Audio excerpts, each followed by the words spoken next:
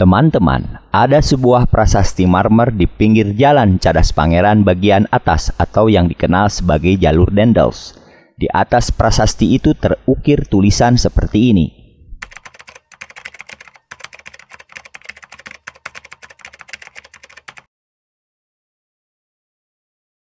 Yang artinya di bawah pimpinan Raden Demang Mangkupraja dan di bawah pengawasan Pangeran Kusumah-Dinata, dibuat pada tahun 1811, dibobok dari tanggal 26 November hingga 12 Maret 1812.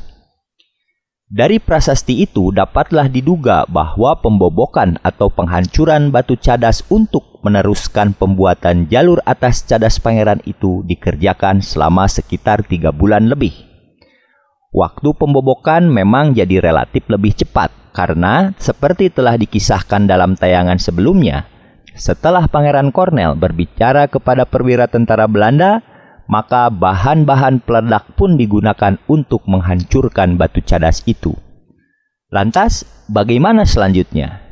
Bagaimana orang-orang di zaman itu menggunakan atau melalui jalan Cadas Pangeran jalur atas tersebut?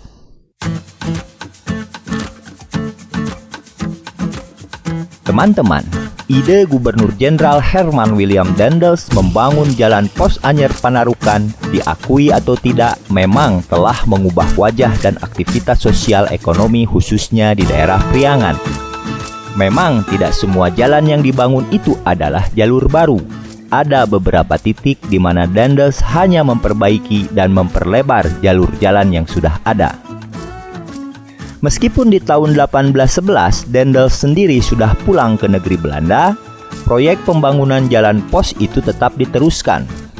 Seiring dengan itu, perbaikan dan penyempurnaan pun dilakukan termasuk di jalur Cadas Pangeran itu sampai kemudian dinilai benar-benar layak dan aman digunakan pada tahun 1822 atau sekitar 14 tahun sejak jalan pos itu mulai dikerjakan. Teman-teman, adanya jalan pos itu juga menjadi alasan dan pertimbangan strategis dipindahkannya sejumlah ibu kota kabupaten di masa itu. Contohnya, ibu kota dan pusat pemerintahan Kabupaten Bandung dulu berada di Dayakolot, di tepi Sungai Citarum. Kemudian, setelah adanya jalan itu dipindahkan ke pinggir jalan di sekitar pendopo kota Bandung saat ini.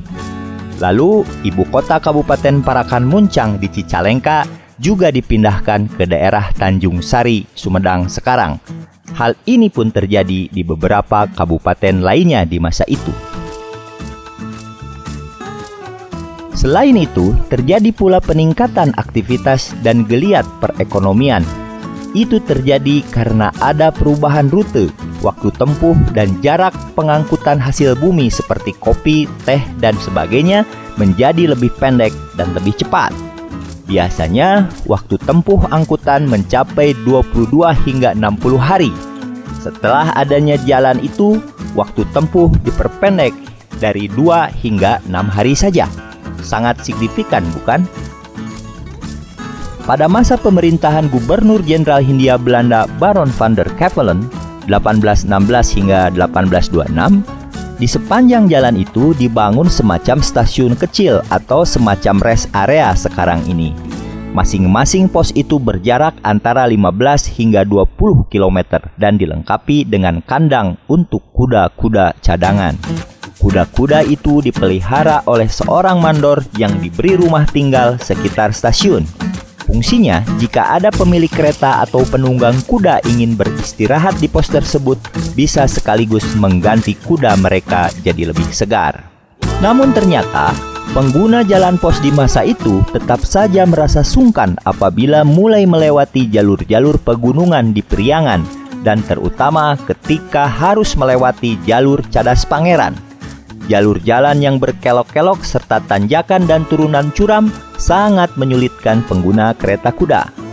Nah, biasanya para penduduk sekitar yang memelihara kuda atau kerbau diminta jasanya untuk membantu menarik kereta di Cadas Pangeran. Menurut ahli sejarah, pada tahun 1930, seorang sastrawan Sunda, Memed Sastra Hadi Prawira, yang juga dikenal sebagai penulis novel Pangeran Cornel, pernah mewawancarai seorang kakek yang tinggal di kawasan Cadas Pangeran. Kepada Mehmet, si kakek itu bercerita bahwa ayahnya dulu sering menjadi pendorong kereta atau pedati yang melintas jalan terjal itu hingga ke puncak ketinggian badan jalan. Menurut si kakek, beberapa saat sebelum kereta melewati puncak, kuda kereta diganti dengan 2 ekor kerbau. Baru setelah puncak dilewati, diganti kembali dengan kuda. Nah, lokasi di mana kuda diganti dengan kerbau itu hingga kini dikenal sebagai Kampung Pamucatan. Kata Pamucatan berarti tempat melepaskan ikatan tali dari leher kuda. Demikianlah teman-teman. Selanjutnya, seperti telah dikisahkan dalam tayangan saya sebelumnya, karena kondisi jalan yang tidak nyaman dan berbahaya itu, maka sekitar 60 tahun kemudian dibangunlah jalur baru Cadas Pangeran yang hingga sekarang digunakan. Lokasinya berada di bawah jalur Dendels itu. Dan seperti sudah saya ceritakan pada tayangan sebelumnya itu, jalur bawah Cadas Pangeran dibangun di masa pemerintahan Pangeran Panungtung atau Pangeran Arya Surya Atmaja.